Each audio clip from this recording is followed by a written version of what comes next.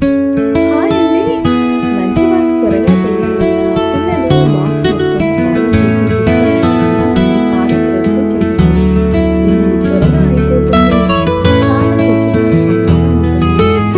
కన్నా నూనెతో, తక్కువ మసాలాలతో ఈ రైస్‌ని ఎలా చేయాలో చూసేద్దాం. ముందుగా 2 గ్లాసుల బియ్యాన్ని 2 సార్లు బాగా కడగండి. 2 గ్లాసుల బియ్యానికి 1:30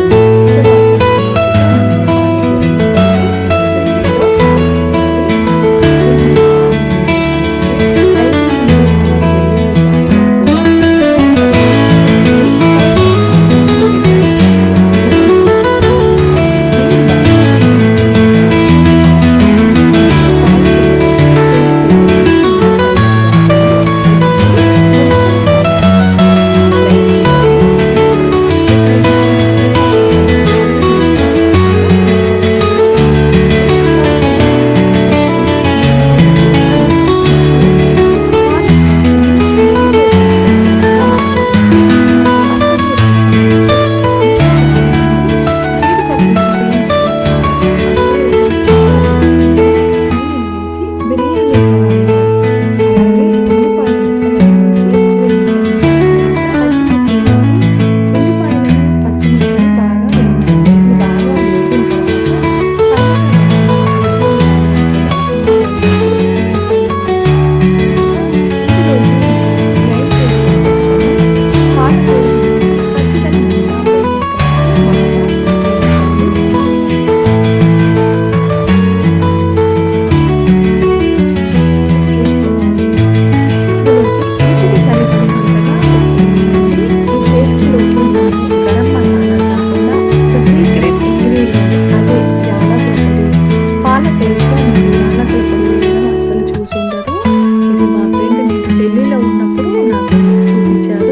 మధ్య చేశాను. నాకు కూడా చాలా బాగా కుదిరింది. అప్పటి నుండి నేను పాలక్ రైస్ని ఇలాగే చేస్తున్నాను. మీరు ఒకసారి ట్రై చేసి చూడండి, మీకు కూడా బాగా నచ్చుతుంది.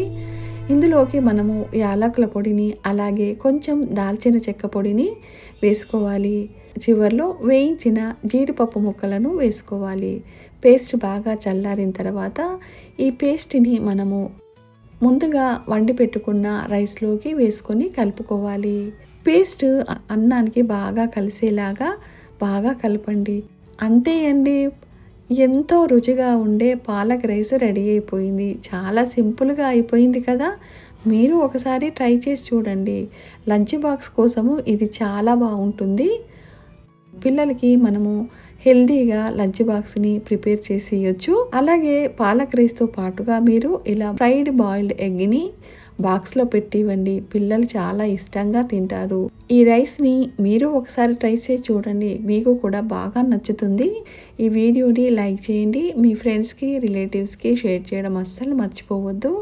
మరొక మంచి వీడియోతో మళ్ళీ కలుద్దాం. అంతవరకు నమస్తే.